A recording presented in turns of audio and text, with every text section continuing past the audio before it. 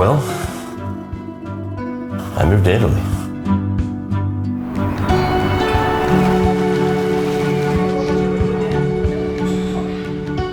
So I've been coming back to Europe every couple of years for the last 15 years now, maybe. I'm someone who loves culture, art, languages, history, food, of course. Food is probably one of my favorite things about traveling.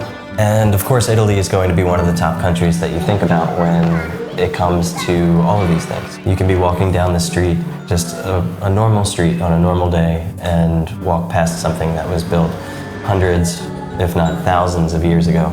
There's a road here that was built 2,000 years ago by the Romans, and people have been walking on it for thousands of years.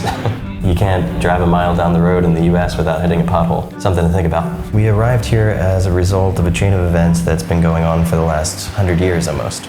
My wife's grandmother was from Italy and fled the fascist regime of Mussolini in the 1930s. She spent her 13th birthday on the ship that took her across the Atlantic to Argentina. There she learned to speak Spanish, fell in love, had children, grandchildren, and at around the same age as she was when she moved to a different country, one of those grandchildren moved from Argentina to the US, where she learned English, went to college, met a guy, fell in love, got married, and, well, I just happened to be that guy.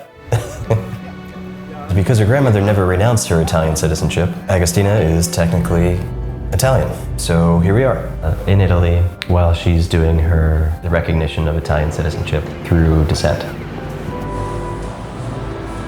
I think it's really interesting how these things repeat themselves. They're almost like echoes through time.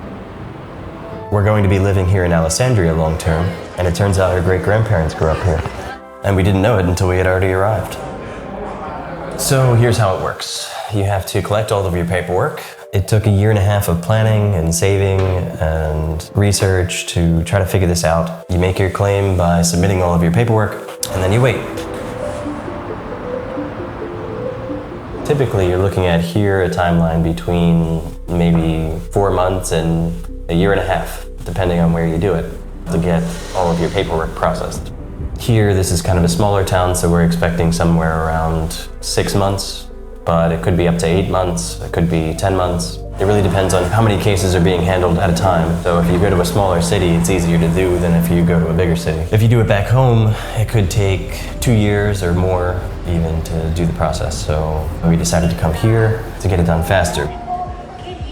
One of the problems that we ran into is that if you're processing your paperwork, you can stay here for as long as it takes. But if you have a significant other, if you have family, they can't come with you for more than 3 months at a time. The standard tourist visa, the Schengen visa, is for 90 days out of every 180 days. You can stay for 3 months and then you have to leave for 3 months. Well, I didn't want to stay away for that long, so I went down the rabbit hole of trying to figure out how I could possibly stay for the amount of time that it takes to process the paperwork. I thought about getting a job here and being sponsored, maybe easier said than done. I considered studying for my master's and getting a full-time student visa, but if you're not a EU citizen, it can cost 4 to 5 times more. It didn't really make sense to do that, might as well wait. And while I was looking into studying, I came across a third option, which is to study language and culture here independently with a national long-term stay visa. It takes a while to get, and it's a little expensive, but if you have the time and the money to do this, then I think that it's an awesome way to be able to stay here for up to 1 year. There's a long list of requirements to get this visa. If you're interested in the details, then let me know in the comments and I may make a video on this in the future. So what now? Now our plan is just to keep continuing on this path. I've been searching for a word for it or a phrase. I think really what it comes down to is trying to pursue a life well lived, and that means something different for everybody. But for us, it's full of experiences, places, people, food, of course, laughs, languages.